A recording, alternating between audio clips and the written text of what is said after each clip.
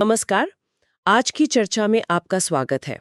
आज हमारे पास विश्लेषण के लिए एक बहुत खास हिंदी भाषण के कुछ अंश हैं। ये भाषण खास तौर पर शिक्षकों के सम्मान में एक कार्यक्रम हुआ था, उसमें दिया गया था। तो हमारा मकसद है कि इस भाषण से जो मुख्य विचार निकले हैं उनको समझें। जैसे कि शिक्षकों की भूमिका कितनी अहम है, उनके मानसिक और शारीरिक स्वास्थ्य का क्या महत्व है, और हाँ, एक पॉजिटिव नजरिया, उसकी ताकत क्या है।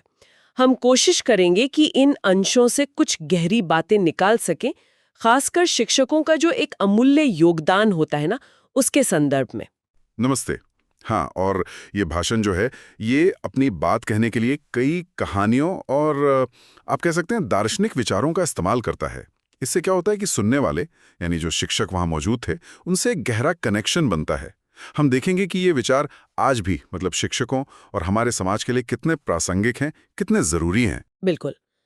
तो फिर चलिए शुरुआत करते हैं पहले हिस्से से, शिक्षकों के सम्मान वाली बात से।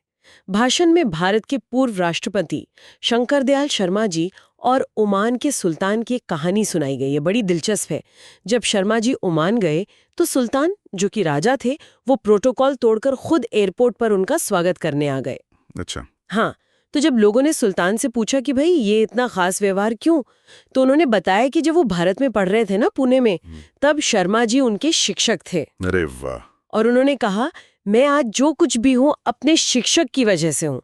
मतलब एक राजा का अपने टीचर के लिए इतना गहरा सम्मान, ये कहानी सोचने पे मजबूर करती है कि भाई शिक्षक का दर्जा कितना ऊंचा है। हाँ, ये वाकई बहुत प्रभावशाली कहानी है और भाषण इसी सम्मान के पीछे जो कारण है उन पर भी रोशनी डालता है। एक बहुत बहुत महत्वपूर्ण बात कही गई है कि माता-पिता जो अपने बच्चों से सबसे ज्यादा प्यार करते हैं, वो अपने बच्चों के भविष्य के लिए सबसे ज्यादा भरोसा किस पर करते हैं? डॉक्टर पर? नहीं। इंजीनियर पर? नहीं। किसी और प्रोफेशनल पर? शायद नहीं। सबसे ज्यादा भरोसा वो करते हैं शिक्षक पर। ये बात तो बहुत गहरी है, भरोसे वाली बात। हाँ, ये एक बहुत बड़ी जिम्मेदारी भी है और सम्मान की बात भी। क्या सम्मान के कुछ और कारण भी बताए गए हैं भाषण में? जी, एक दूसरा कारण बताया गया है जो सच्चाई और ईमानदारी से जुड़ा है। भाषण के हिसाब से शिक्षक समाज के उन लोगों में से हैं जो शायद सबसे ज्यादा सच बोलते हैं सुबह से शाम तक। बहुत से शिक्षक अपना वेतन चेक से लेते हैं, ईमानदारी से इनकम टैक्स देते हैं। मतलब उन्हें समाज में सच्चाई और भरोसे का प्रतीक माना जाता है। अच्छा, तो ये भरोसा और ये ईमानदारी, ये उनके सम्मान का आधार है। बिल्कुल।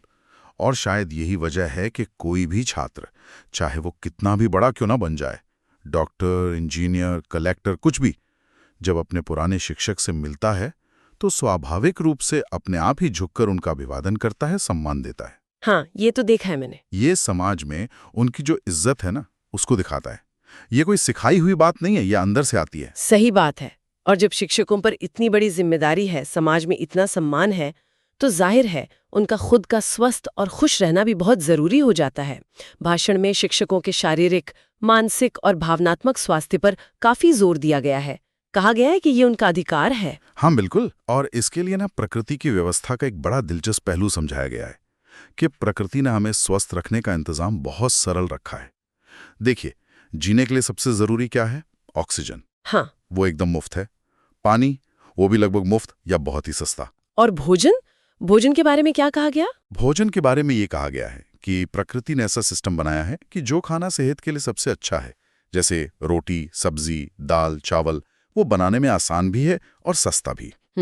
और जो चीजें बनाने में मुश्किल है, महंगी हैं और शायद सेहत के लिए उतनी अच्छी नहीं, जैसे पिज्जा, बर्गर या बहुत ज्यादा मीठी चीजें, उनको प्रकृति ने थोड़ा मुश्किल बनाया है।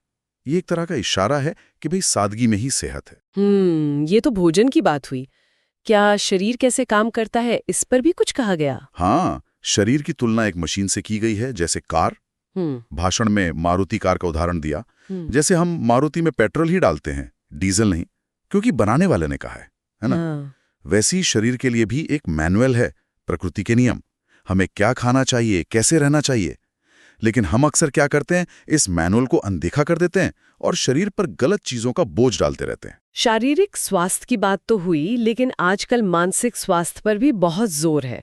भाषण में सकारात्मक और नकारात्मक विचारों के प्रभाव का भी जिक्र है। हाँ, और ये बहुत जरूरी बात है। भाषण इसे बहुत सीधे तरीके से समझाता है। देखिए, सकारात्मक विचार जैसे प्यार, दया, माफी, सहानुभूति, इन पर हमारा कोई खर्चा नहीं होता, ये मुफ्त है। हाँ। लेकिन जब हम इन्हें महसूस करते हैं तो हमारे शरीर में फील गुड हार्मोन्स बनते हैं। ऐसे रसायन जो हमें खुशी देते हैं, अच्छा महसूस कराते हैं। अच्छा। और ये हमारे शरीर के लिए भी बहुत अच्छे हैं। और नकारात्मक विचारों का क्या, जैसे डर, चिंता। हाँ। नकारात्मक विचार जैसे डर, चिंता, तनाव, ईर्ष्या, गुस्सा, हम्म। ये भी मुफ्त हैं। हाँ। कोई पैसा नहीं लगता इनको सोचने में। लेकिन ये हमारे शरीर में कॉर्टिसोल जैसे स्ट्रेस हार्मोन पैदा करते हैं। ओहो। और भाषण के अनुसार ये स्ट्रेस हार्मोन हमारे जो कीमती अंग हैं, जैसे पैंक्रियाज यानी अग्न्याशय, हमारा दिल, लिवर, इन पर बुरा असर डालते हैं। ओहो। तो यही हार्मोन अगर लंबे समय तक बने रहें तो मधुमेह यानी डायबिटीज, हाई ब्लड प्रेशर जैसी बीमारियों का कारण बन सकते हैं। तो इसका मतलब ये हुआ कि हमारी सोच का सीधा असर हमारे शरीर पर पड़ता है। बिल्कुल सीधा असर। भाषण में एक बहुत ही महत्वपूर्ण बात कही गई है कि हमारे शरीर के ज्यादातर अंग, किडनी, लिवर, फेफड़े, दिल, ये सब ऑटोमेटिक मोड में काम करते हैं, अपना काम खुद करते हैं। उन्हें हमसे कुछ खास नहीं चाहिए, बस इतना चाहिए कि हम उन पर ये नकारात्मक विचारों का, डर का, चिंता और तनाव का फालतू बोझ ना डालें। अगर हम अपने मन को शांत और पॉजिटिव रखें तो ये अंग अपना काम ज्यादा अच्छे से कर सकते हैं और हम कई बीमारियों से बच सकते हैं। ये शिक्षकों के लिए समझना तो बहुत ही जरूरी है। बिल्कुल। क्योंकि उनका काम काफी तनाव वाला हो सकता है। बिल्कुल। स्वस्थ रहकर ही तो वो अपनी ऊर्जा बनाए रख पाएंगे। ये बहुत ही पावरफुल विचार है कि हमारी अंदरूनी स्थिति हमारे बाहरी स्वास्थ्य को कैसे तय करती है। चलिए अब आगे बढ़ते हैं, बात करते हैं दृष्टिकोण यानी नजरिए की और सकारात्मक सोच की शक्ति पर। इसके लिए भाषण में एंड्रयू कार्नेगी और सोने की खान की कहानी का इस्तेमाल किया गया है। हाँ, एंड्रयू कार्नेगी अपने समय के बहुत अमीर उद्योगपति थे। हाँ। तो किसी ने उनसे पूछा कि भाई आपकी सफलता का राज क्या है। हाँ। उन्होंने सोने की खान का उदाहरण दिया। कहा कि सोने की खान में सोना तो बहुत कम होता है, मिट्टी बहुत ज्यादा होती है। सही बात है। लेकिन जो खोदने वाला है वो अपना ध्यान सोने पर रखता है, मिट्टी पर नहीं।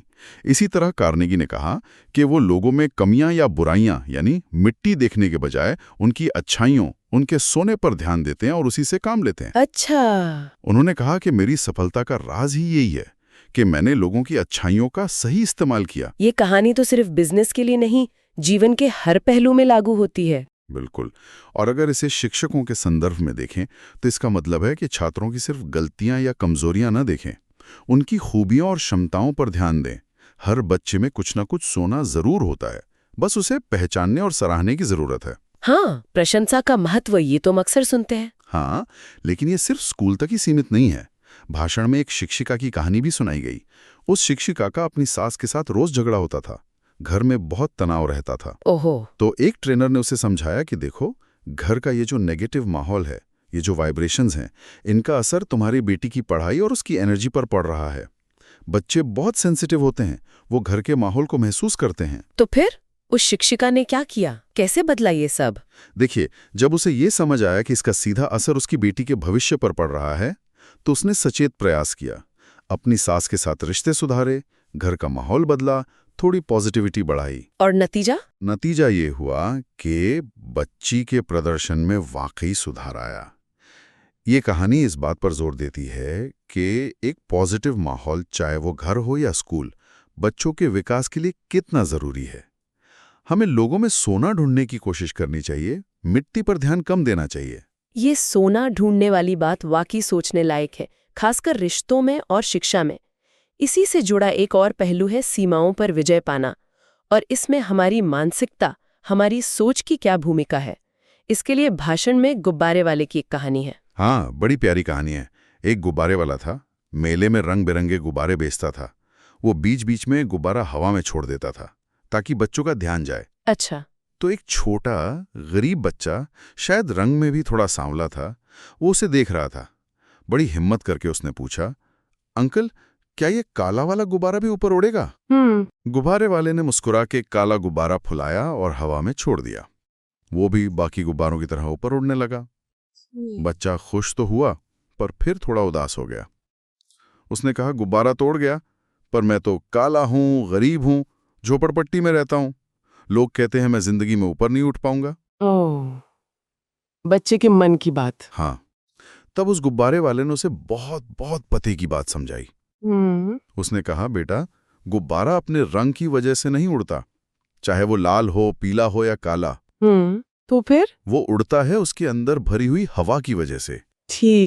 ठीक उसी तरह इंसान अपने रंग, गरीबी या अमीरी की वजह से ऊपर नहीं उड़ता, बल्कि उसके अंदर जो है उसकी सोच, उसकी हिम्मत, उसका विश्वास, उसकी वजह से ऊपर उठता है। वाह, क्या बात कही। हाँ, ये कहानी बहुत खूबसूरती से बताती है कि बाहरी सीमाएं जैसे गरीबी या पृष्ठभूमि उतनी मायने नहीं रखती जितना हमारे आंतरिक संसाधन रखते हैं।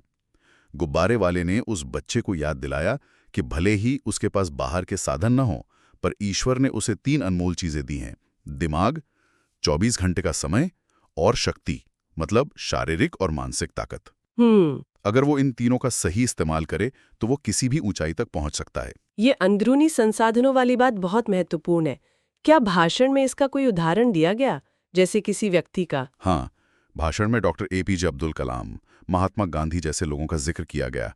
इनके पास शुरुआत में बाहरी साधन बहुत कम थे, लेकिन इन्होंने अपने दिमाग, अपने समय और अपनी अंदरूनी शक्ति का इस्तेमाल करके असाधारण सफलता पाई। ये उदाहरण बताते हैं कि असली ताकत अंदर ही होती है। और इसमें विचारों की भूमिका, आपने पहले भी विचारों की शक्ति का जिक्र किया था। जी, भाषण इस बात पर और जोर देता है कि जब हम किसी एक विचार को, चाहे वो पॉजिटिव हो या नेगेटिव, बार बार सोचते हैं तो वो विचार एक चुंबक जैसा बन जाता है। वो हमारे सबकॉन्शियस मन में गहरा बैठ जाता है और ब्रह्मांड से वैसी ही ऊर्जा, वैसे ही अवसर और संसाधन हमारी ओर खींचने लगता है। अच्छा। अगर हम लगातार अपनी कमियों या मुश्किलों के बारे में सोचेंगे तो शायद वैसी ही परिस्थितियां हमारी तरफ आएंगी। तो ये कुछ लॉ ऑफ अट्रैक्शन जैसा हुआ? हाँ, कुछ वैसा ही समझ सकते हैं आप। मुख्य बात यह है कि हमें अपने विचारों को बहुत सावधानी से चुनना चाहिए। भाई, हम ऐसी सोच क्यों पालें जो हमारे स्वास्थ्य को खराब करे, हमारे भविष्य को लिमिट करे या हमारे रिश्तों में कड़वाहट घोले। सही बात है। सकारात्मक सोच चुनना तो हमारे अपने हाथ में है। और ये याद रखना भी जरूरी है कि हर काम से पहले विचार आता है।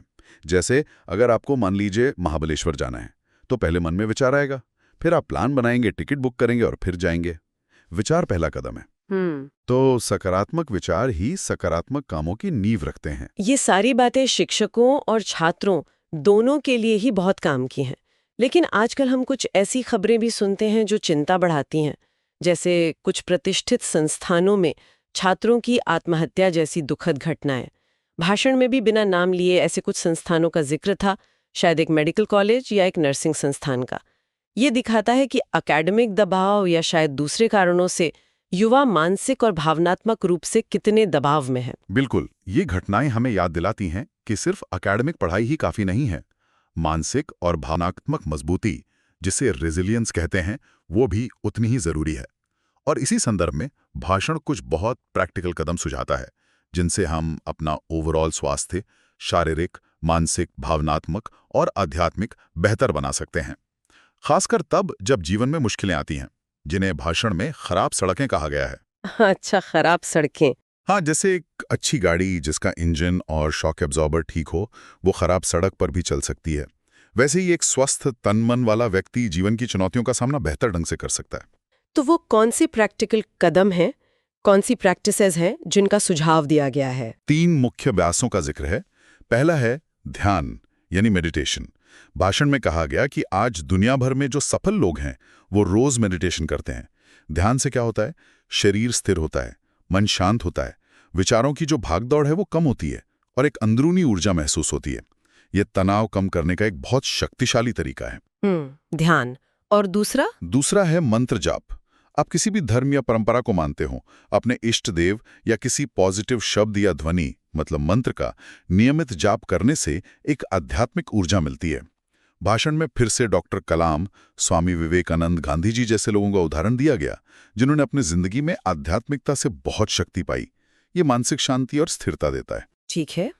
और तीसरा अभ्यास? तीसरा है प्राणायाम, यानी सांस लेने की खास तकनीकें। हमने कोविड के समय ऑक्सीजन की कीमत तो बहुत अच्छे से समझी है। हाँ, बिल्कुल। प्राणायाम इसलिए जरूरी है क्योंकि हमारा मस्तिष्क, जो हमारे शरीर का कंट्रोल सेंटर है, उसे ठीक से काम करने के लिए भरपूर ऑक्सीजन चाहिए। हम जितनी ऑक्सीजन लेते हैं उसका लगभग 20% हिस्सा अकेला हमारा दिमाग इस्तेमाल करता है। अच्छा, 20%? हाँ, तो प्राणायाम से जब मस्तिष्क को पूरी ऑक्सीजन मिलती है तो वो ज्यादा एनर्जेटिक और अलर्ट रहता है, जिसका सीधा असर हमारे मूड, हमारी भावनाओं और हमारी शारीरिक ऊर्जा पर पड़ता है। तो ध्यान, मंत्र जाप और प्राणायाम, ये 3 प्रैक्टिकल तरीके हैं जिनसे शिक्षक और सच कहें तो कोई भी व्यक्ति अपने अंदरूनी वाहन को मजबूत बना सकता है ताकि जीवन की खराब सड़कों पर बेहतर चल सके। बिल्कुल ठीक है। तो हमने इस भाषण के कई महत्वपूर्ण पहलुओं पर बात की। शिक्षकों का सम्मान, स्वास्थ्य का महत्व, पॉजिटिव सोच की ताकत और कल्याण के लिए कुछ प्रैक्टिकल कदम। अब इस चर्चा को समेटने की ओर बढ़ते हैं। हाँ। हमने देखा कि शिक्षकों का समाज में कितना ऊंचा स्थान है और उनका स्वस्थ और सकारात्मक रहना कितना जरूरी है। उनकी मानसिकता और कल्याण का उनकी प्रभावशीलता से सीधा जुड़ाव है। हाँ। अंत में भाषण में समुद्र किनारे मछली बचाने वाले व्यक्ति की एक छोटी लेकिन बहुत प्रभावशाली कहानी भी है। हाँ, वो स्टारफिश वाली कहानी। हाँ, वही कहानी कुछ ऐसी है कि एक व्यक्ति सुबह समुद्र तट पर टहल रहा था। उसने देखा कि लहरें बहुत सारी छोटी छोटी मछलियों, स्टारफिश को किनारे पर फेंक गई हैं और वो बेचारी धूप में तड़प रही हैं। तो वो व्यक्ति एक एक मछली को उठाकर वापस समुद्र में फेंकने लगा। तभी एक और आदमी वहां आया और बोला, अरे यहाँ तो हजारों मछलियां पड़ी हैं, तुम अकेले कितनों को बचा लोगे? तुम्हारे ऐसा करने से क्या फर्क पड़ेगा? हाँ, ये सवाल तो उठता है। उस पहले व्यक्ति ने नीचे झुककर एक और मछली उठाई, उसे समुद्र में फेंका और कहा, देखो, इससे कम से कम इस एक को तो फर्क पड़ा। वाह, बहुत गहरा संदेश है इस कहानी में। ये बताती है कि मदद या योगदान का कोई भी काम, चाहे वो कितना ही छोटा क्यों ना लगे, वो बेकार नहीं जाता। उसका अपना महत्व है। हम शायद पूरी दुनिया नहीं बदल सकते एक बार में, लेकिन हम किसी एक के जीवन में तो पॉजिटिव बदलाव ला ही सकते हैं। तो इसका मतलब है कि हर कोई किसी न किसी तरह से योगदान दे सकता है। बिल्कुल। उम्र, पद या परिस्थिति चाहे जो भी हो, हर व्यक्ति कुछ ना कुछ दे सकता है, मदद कर सकता है। किसी प्यासे को पानी पिलाना, किसी जरूरतमंद की थोड़ी सी मदद कर देना, घर में अपने बड़ों के काम में हाथ बटाना, स्कूल को साफ रखने में मदद करना या क्लास में शांति बनाए रखकर टीचर की मदद करना, ये सब योगदान ही तो हैं। हाँ, ये तो है। सिखाती है। बादल पानी देते हैं, नदियां बहती हैं, पेड़ फल और छाया देते हैं, धरती अनाज देती है, मक्के का एक दाना बोने पर 1000 दाने मिलते हैं। प्रकृति का स्वभाव ही देना है। मनुष्य को भी देने के लिए ही जीवन मिला है। और शिक्षक तो स्वभाव से ही देने वाले होते हैं। वो अपना ज्ञान, अपना समय, अपनी ऊर्जा सब कुछ छात्रों को देते हैं। ये एक बहुत सुंदर विचार है कि हम सब छोटे छोटे तरीकों से योगदान दे सकते हैं और फर्क ला सकते हैं। तो इस पूरी चर्चा के बाद सुनने वालों के लिए एक अंतिम विचार छोड़ते हैं। हाँ बिल्कुल, इस पर सोचते हैं, अगर ये सच है कि सकारात्मक विचार ही सकारात्मक कामों और बेहतर स्वास्थ्य की नींव है, तो आज ही कोई व्यक्ति अपनी आंतरिक दुनिया को, अपनी सोच को थोड़ा बेहतर बनाने के लिए ऐसा कौन सा एक छोटा सा पर नियमित रूप से किया जाने वाला बदलाव अपना सकता है? कोई एक सोच, कोई एक नजरिया जिसे लगातार अपनाने से ना सिर्फ उनका अपना जीवन सुधरे, बल्कि शायद उनके आसपास के लोगों पर भी उसका अच्छा असर पड़े। इस पर विचार करना वाकई सार्थक हो सकता है।